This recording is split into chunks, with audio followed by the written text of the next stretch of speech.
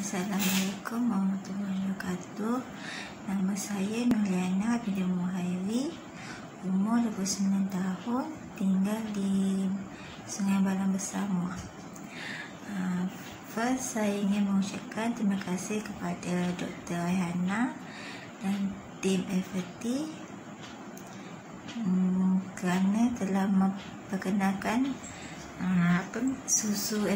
Saya sedang mengandung 35 minggu. Dah tak lama dah. InsyaAllah awal bulan 8 akan melahirkannya. Perasaan saya sekarang rasa seronok lah. Alhamdulillah, bersyukur sangat-sangat lah. Sebab macam-macam kan Itia dah berapa lama, 4-5 tahun jugalah nak dapatkan zuriat yang nombor 2 ni. Memang lambat lah, memang susah lah. Itia macam-macam. Alhamdulillah akhirnya setelah minum susu ni memang sangat berkesan lah, amat berguna lah. Pada mulanya saya ternampak iklan susu FT ni pada Facebook Jia. Setelah baca kandungannya, try WhatsApp sendiri, Jia tanya macam mana. Saya pun telah try belilah dulu sekotak perisa coklat. Sebelum ni saya ada masalah head yang tidak teratur setelah lebih kurang setahun lebih lah. Sakit TV, disebabkan penggunaan makan ubat yang terlalu banyak, sehari dalam 10 biji, dan kitaran head tidak teratur.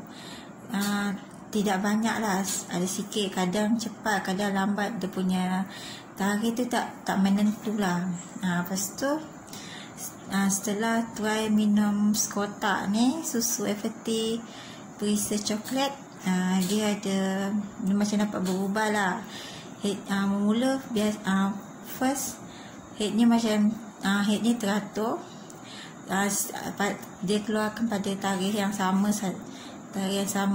Setelah mengamalkan 3 kotak FT berperisa coklat, nampak berubah lah setelah minum susu ni. First kitaran headnya teratur.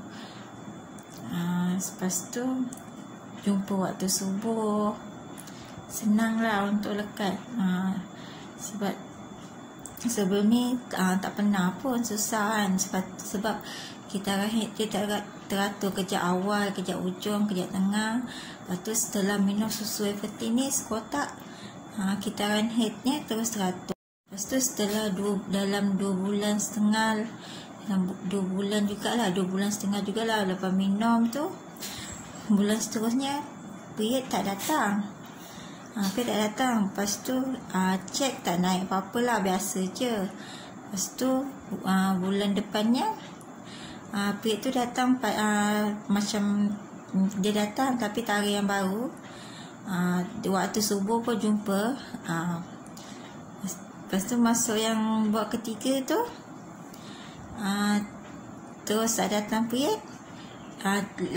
Lewat seminggu baru cek, terus naik 2 line.